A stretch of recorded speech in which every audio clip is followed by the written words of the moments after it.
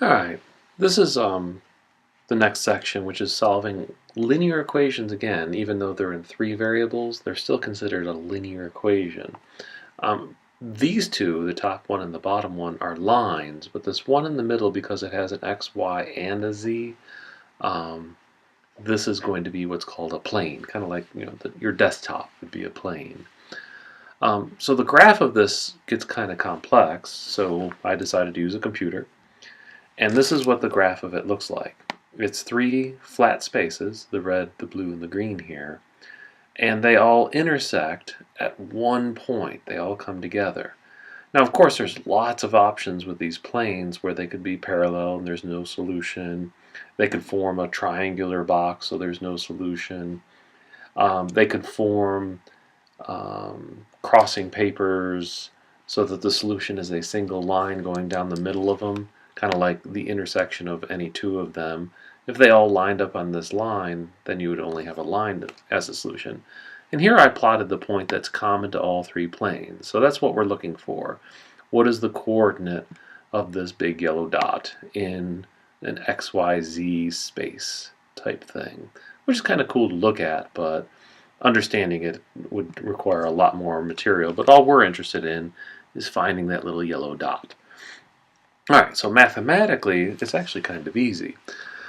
This one is set up so that the first two are just lines, and we have a couple options. And probably the easiest option is to realize that the first one is in x and z, and the bottom one here is in x and y. So probably the safest thing to do is to solve this one for z, and solve that one for y, and substitute it into this middle one. So it's kind of like a double substitution. So if I solve this one for z, we're going to get z, he's going to go over there, and the 14 is going to come over here. So we're going to get z equals 2x plus 14. Alright, so we're going to add z to one side and add 14 to the other. You get 2x plus 14. This one down here, if we solve for y, we're going to get the same kind of thing. We're going to move the 19 and the y and switch their positions. So we're going to get 5x plus 19. And what's nice about getting them both in terms of x is now we can take both of them and substitute it into this middle equation. So we're going to have 5x, if we're just talking about this one here. We're going to substitute in y from this one. We're going to substitute in z from this one up here. So this becomes minus 4 something. I'll leave a little space there. Minus 4 the z space. And then on the other side is negative 17. Alright, in the first spot goes the y, so this will be 5x plus 19. And over here is the z, which is 2x plus 14. And therefore we get this huge equation, but the only variable here is x. Alright, so all we have to do is expand and simplify. We'll switch colors here. So this becomes 5x minus 20x minus 4 times 19, let's see here, 76, minus 8x minus 56, 4 times 14, and then on the other side, of course, negative 17. Combine all our x's, this is a negative 15, that would be a negative 23x. Combine our numbers, that would be 120, 132. I'll double check this with my calculator in a second, just to make sure my brain's working. So let's see here, 5 minus 20 minus 8, 23, and 76 and 56 is 132. Alright, so we're going to add 132 to both sides. That leaves us with 115. So we're going to get negative 23x is equal to 115. Now I'm hoping 23 goes into it. And it does, 5 times. It'll be negative because of the negative 23. So x equals negative 5, which is great because now I can take this answer and plug it into this one and this one. This one will tell me what y is equal to. This one will tell me what z is equal to. So let's see here. Move it over. This becomes z is equal to 2 times x, but x is -5, plus 14. So that becomes z is equal to 4. That's nice. The y one here, we're going to get y is equal to 5 times x, which is -5, plus 19. So that's -25 plus 19 for a grand total of -6. So y is equal to -6. So here are the 3 pieces of my puzzle. So the solution to this whole problem is the x-coordinate is -5, the y-coordinate is -6, and the z-coordinate is +4. Think of -5 and 6 as along the floor. You know, if you're in a room and you're looking at the corner, it would be 5 along the x-axis and 6 along the y. 4 would be the height, how high up the wall you would be going. And that would be the coordinate of the solution where these planes run into each other. So that would be this coordinate over here. Kind of cool. Now, unlike the previous example, this one requires a little bit more strategy. So we're going to attack it with elimination several times. So the first step in this is pick a variable to eliminate. Eliminate. And from there, you're going to do this twice. And I'll show you what that means in a second. From there, you're going to have 2 variable linear equations. And then you can go about doing elimination on it.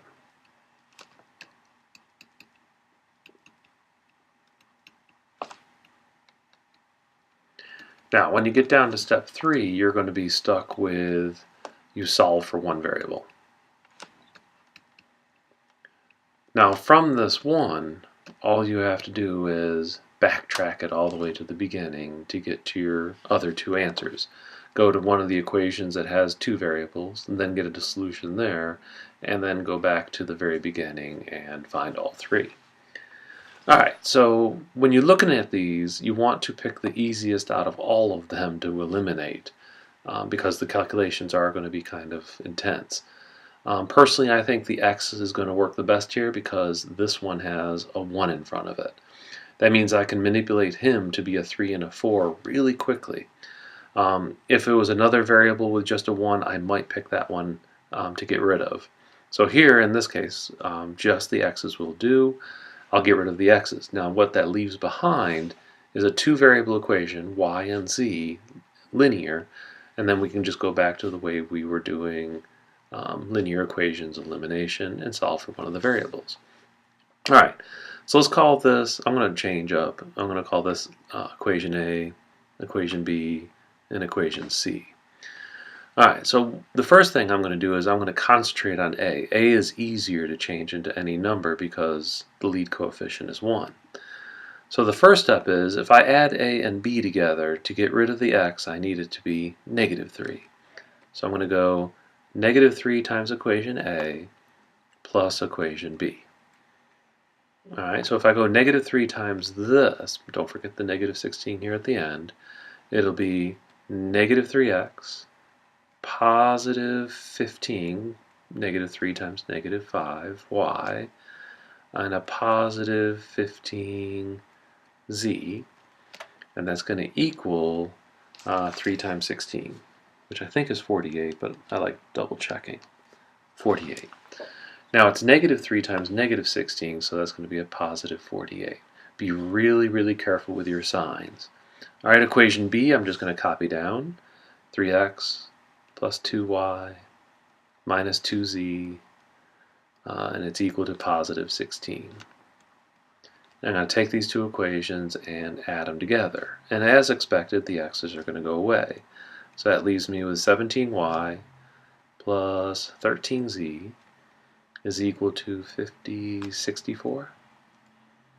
And that becomes one of my linear equations that I need to work with. All right, I'll switch colors. Now I want to use the a because of that 1 again, and the c. To get rid of the x in this term, I need a -4 in this position. So I'm going to go -4 times a plus c. Okay, so -4 times a would be -4x, positive 20y, positive 20z, and 4 times 16. No, I did 3 times 16 earlier. This would be 64. Let's see here. -4 times -16 is a positive 64. And then copy down c, which is 4x plus 3y minus 2z, and that'll equal 23. And then add these two equations together. And again, the x's go away. You get 23y and 18z is equal to 87. And this is our second linear equation. And then out of those two, you get to choose which variable you want to get rid of. Now the numbers here are getting a little ridiculous, but they're just numbers. All right, let's choose z. I guess the numbers are smaller. Really doesn't matter, I don't think. So I'm going to take this equation over here. To get rid of z, I need 18 and 13. So more than likely, if I just multiply by 18, it's technically the lowest common multiple, LCMs, kind of like getting a common denominator.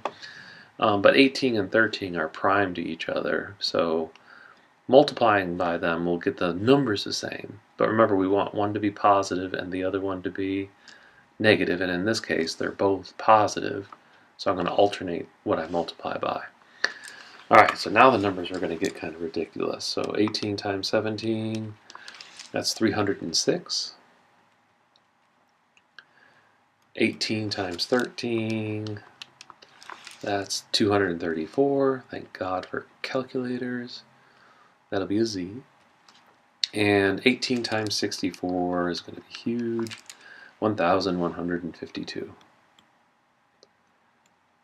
Alright, while I'm at it, I'm going to take this one, multiply it out, but put it down below. So 13 times 23 is 299, but it's going to be negative, so negative 299y. Alright, the next one's also going to be negative. It's going to be 13 times 18, which is the same thing as 13 times 18. So that'd be 234z. I wanted those to cancel anyways.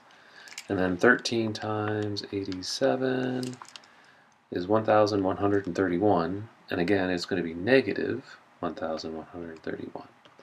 And then take these two equations and add them together. So 306 minus 299 gives me 7y. These are 0. And then 1152 minus 1131 is 21. And lo and behold, y is equal to 3. Now the problems in the book are probably a lot easier than this. This is one I generated for myself. The numbers get big in the beginning, but at the end it turned out rather nice. Alright, so now what do is I take this and I can plug it into either of my linear equations, the blue one here or the green one there. I'm going to choose the green one because it has room underneath it, but technically I really would have used the blue one because they're smaller numbers, I guess. So let's see here. This would be 23 times that 3 we just found plus 18z is equal to 87. So 23 times 3 is 69. We're going to subtract 69 from 87. That'll leave us 18. So we get 18z is equal to, well, 18. So z is equal to 1. That's nice. And then I have to go back to the very beginning and pick the easiest equation that has x, y, and z in it, or x related to the y or x related to the z, depending on what you're looking for. So here I'm going to write, let's do it in purple, x minus 5y minus 5z is equal to negative 16. and then plug in 1 and 3 for z and y respectively. And you're going to get x minus 5 times y, which is 3, minus 5 times z, which is 1, and this is supposed to equal negative 16. So x is this. Let's see, that's negative 20, and if we add 20 across, we're going to get x is equal to 4. So the solution to this whole problem is x is 4, y is 3, z is 1. And if I use my fancy graphing program, that's where this point would lie in the intersection of these three planes. Here's an application, kind of a system of three equations with three unknowns. And it starts off with find the equation of a parabola, a quadratic function that goes through 3 points. And the only requirement about these 3 points is they cannot be collinear. They cannot all lie on the same line. So here I've set it up in like a triangle fashion, 0, 7, 1, 4, and 2, 5. And they kind of form a triangle and therefore guaranteed not to be collinear. Alright, so there's two things that actually go, well, there's lots of things that go through these 3 points, but two of the more famous ones are the parabola that might go through it, and a circle that might actually have those as 3 points on the circle. I do the circle as an extra credit in, I think it's like chapter 2. So this would be for chapter 5. So if it's a quadratic that goes through it, a general quadratic function would look like this: ax squared plus bx plus c. So what we're going to be looking for is these constants a, b, and c, only knowing these three things up here. So here's how we're going to go about it. We're going to plug each one of these points into this equation, and it'll give me 3 equations with 3 unknowns. So here x is equal to 0, y is equal to 7. So for the coordinate 0, 7, this becomes y is equal to 7, and x is equal to 0. So I'll get this. And this one's the nice obvious one. It pretty much says that c is equal to 7. Okay. Alright, now if I didn't choose 0, 7, yeah, it would get a little bit messier. I try to be nice. Alright, the next one would be 1, 4.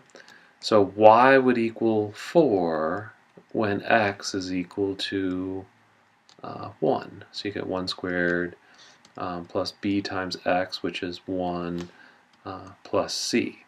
Now in this case, we know that c is equal to 7, so when I simplify this, I'm going to write it as a plus b plus 7, and then rewrite it as negative 3, subtract the 7 across, is equal to a plus b. Alright, so that's what I get out of the coordinate 1, 4. Alright, so let's draw a line here. I'll move it over here to the side. And I'll probably write all over the graph. Alright, so the last coordinate is 2, 5. So when x is equal to 2, y is equal to 5. So you get y is equal to a times x, and 2 squared, of course, is 4, but I'll write it down, plus b times x, which is 2. This one was ax squared, plus c, but I know c is 7. So here we're going to get 5 is equal to 4a plus 2b plus 7. And when we move the 7 across, it's going to give me negative 2 is equal to 4a plus 2b. Now, if you're smart, you would look at this equation here and notice everything's a factor of 2. So I'm going to rewrite that one, and I'm going to get as my second linear equation negative 1, divide everything by 2, 2a, and a b. So then you get to choose like elimination. If I take these two and eliminate, I would probably get rid of the b, but you could probably just as easily get rid of the a. So I'm going to multiply the bottom one, the green one here, by negative 1. I'm going to write this right into the graph. So the top one is negative 3 is equal to a plus b. And the bottom one is going to be times -2. No, sorry, times -1. So that'd be +1, -2a, minus b, and add those two together. So that becomes -2 is equal to -a, and therefore a is equal to 2. Alright, so far we have c is equal to 7 and a is equal to 2. To find b, I can just plug it into one of these two. I'm going to plug it into this one. It's much easier. So that'll give me -3 is equal to 2 plus b. So b has to equal -5. So the function I've been looking for is going to be, as a quadratic function, f of x, ax squared, but a is 2, so this would be 2x squared, minus bx, but this would be minus 5x. Well, it was plus bx, but b is -5. And then c was that plus 7. So here's the quadratic function that goes through those 3 points. And this is what it looks like. Oops, not that one. That one. So here's our 0, 7. Here's our 1, 4. And here's our 2, 5. And there's our quadratic equation, 2x squared minus 5x plus 7, going through those 3 points. So it's kind of a neat little application of a system of 3 equations.